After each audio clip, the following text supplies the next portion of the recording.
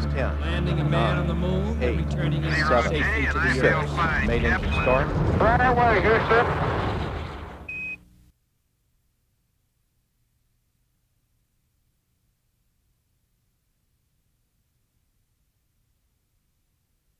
NASA's studies reach not only into the atmosphere, like the pioneering work done here at Navy Test Pilot School, but the missions of Magellan, Galileo, and Ulysses help us understand our planetary neighbors as well.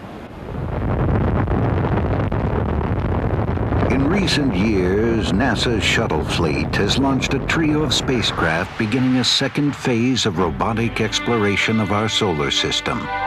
Initially sent to every planet except Pluto, their travels confirm planetary atmospheres reminiscent of early Earth.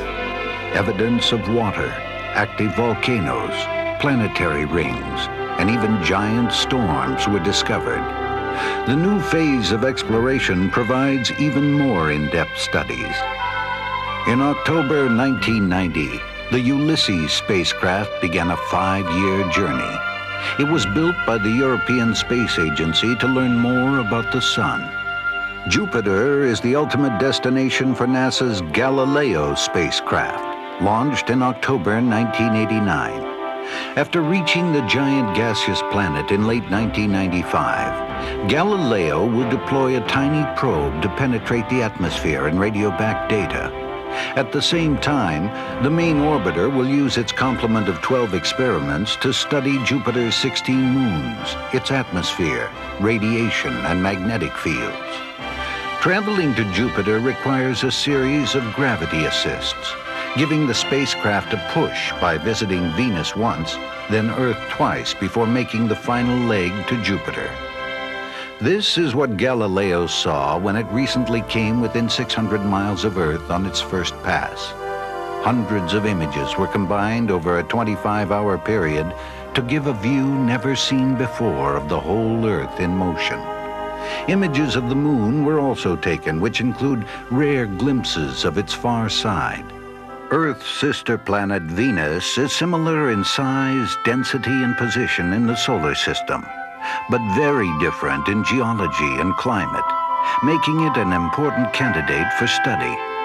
In May of 1989, the Atlantis shuttle crew released the spacecraft Magellan on a mission to map the entire surface of Venus.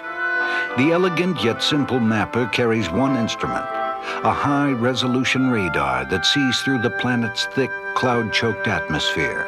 Mapping has just begun at NASA's Jet Propulsion Laboratory in Pasadena, California.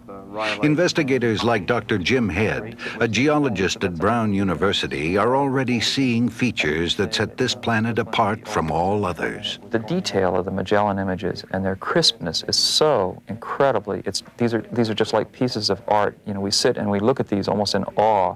Some raw data has also been processed into movies that bring out the desolate, lava-filled landscape making up so much of the Venusian surface. Old areas unspoiled by lava flows are intriguing to investigators because they show little sign of being eroded. If you said to someone, gee, you know, we have this planet here that has this incredibly hot, dense atmosphere, and by the way, it sort of rains sulfuric acid and so on, you know, you'd get this vision of things eroding away completely and no record of anything. But it's quite to the contrary. In fact, the very dense atmosphere keeps the small projectiles that would come in from outer space off the surface, and the very high surface temperatures mean that there's no liquid water. And we're able to look at the surface and see in crisp, rich detail the nature of the geological processes that are operating, much more so than we're able to do on the Earth.